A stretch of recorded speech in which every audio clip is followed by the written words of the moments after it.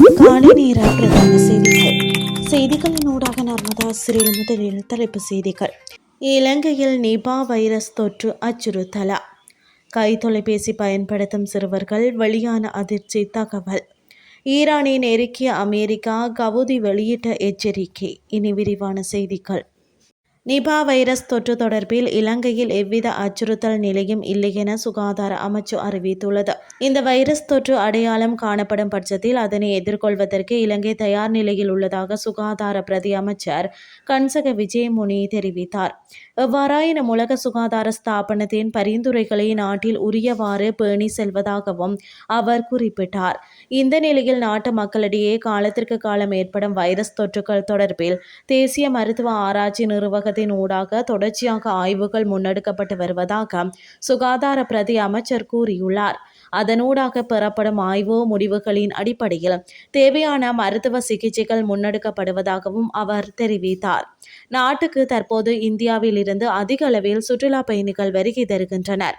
எனினும் இந்தியாவில் அடையாளம் காணப்பட்டுள்ள நிபா வைரஸ் தொற்று குறித்து எவ்வித அச்சங்களும் பொதுமக்களுக்கு ஏற்பட தேவையில்லை என சுகாதார பிரதி அமைச்சர் கன்சக விஜயமுனி சுட்டிக்காட்டியுள்ளார்.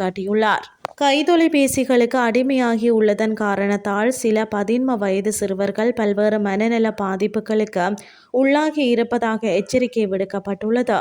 தேசிய மனநல நிறுவனத்தின் சிறுவர் மற்றும் இளம் பருவ மனநல விசேட வைத்திய நிபுணர் சேனானி விஜயதுங்க குறித்த விடயத்தை தெரிவித்துள்ளார்.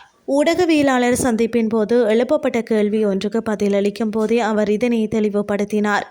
கோவிட் காலத்தில் சமூக ரீதியாக ஒன்று கூட முடியாமல் போனதால் பாடசாலை கல்வி இணைய வழியில் முன்னெடுக்கப்பட்டது. தற்போது இது ஒரு பாரிய உருவெடுத்துள்ளது. இவ்வாறான அடிமைப்பாடுகள் காரணமாக எமது கிளினிக்குகளில் சிறுவர்களை அனுமதிக்க வேண்டிய நிலையும் ஏற்பட்டுள்ளது என அவர் தெரிவித்தார். அதேபோல் போதைப் பொருட்களுக்கு அடிமையானதன் காரணமாக மனநல பாதிப்புகளுக்கு உள்ளான 13 வயது சிறுவர்களும் சிகிச்சைக்காக அனுமதிக்கப்பட்டுள்ளதாக அவர் சுட்டிக்காட்டினார். 13 முதல் 18 வயதுக்குட்பட்ட சிறுவர்கள் இவ்வாறான சிகிச்சைகளுக்காக கிளினிக்குகளுக்கு அனுப்பப்படுவதாகவும் இது சமூகத்தில் ஒரு பாரிய பிரச்சனையாக மாறி வருவதாகவும் வைத்தியர் மேலும் தெரிவித்தார். இனி வெளிநாட்டு செய்திகள். ஈரான் மீது அமெரிக்கா எந்த நேரத்திலும் தாக்குதல் நடத்தக்கூடும் என பதற்றமான சூழ்நிலை உருவாகியுள்ளது.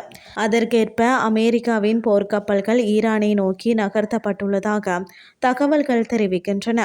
இதனால் மத்திய கிழக்கில் பாதுகாப்பு அச்சம் மேலும் அதிகரித்துள்ளது. இந்த நிலையில் ஈரான் மீது அமெரிக்கா தாக்குதல் நடத்தினால் செங்கடல் வழியாக செல்லும் கப்பல்களை குறிவைத்து தாக்குதல் நடத்தப்படும் என ஏமனில் செயல்படும் கவுதி கிளர்ச்சி குழு அறிவித்துள்ளது. இதனை உறுதிப்படுத்தும் வகையில் செங்கடலில் கப்பல்களை தாக்கியதாக கூறப்படும் பழைய தாக்குதல் காணொளிகளை கவுதி அமைப்பு வெளியிட்டு அதில் விரைவில் என்ற வார்த்தையை மட்டும் குறிப்பிட்டுள்ளது. ஆனால் தாக்குதல் தொடர்பான விரிவான விவரங்கள் எதையும் வெளியிடவில்லை. காசாவில் இஸ்ரேல் நடத்திய தாக்குதலுக்கு எதிர்ப்பு தெரிவிக்கும் வகையில் கவுதி கிளர்ச்சி குழு கடந்த காலங்களில் செங்கடல் வழியாக சென்ற 100ற்கும் மேற்பட்ட சரக்கு மற்றும் வர்த்தக கப்பல்களை தாக்கியிருந்தமை குறிப்பிடத்தக்கது. இத்துடன் செய்திகள் யாவும் நிறைவடைகின்றது. அடுத்த இரவு 8:30 எதிர்பாருங்கள். நன்றி.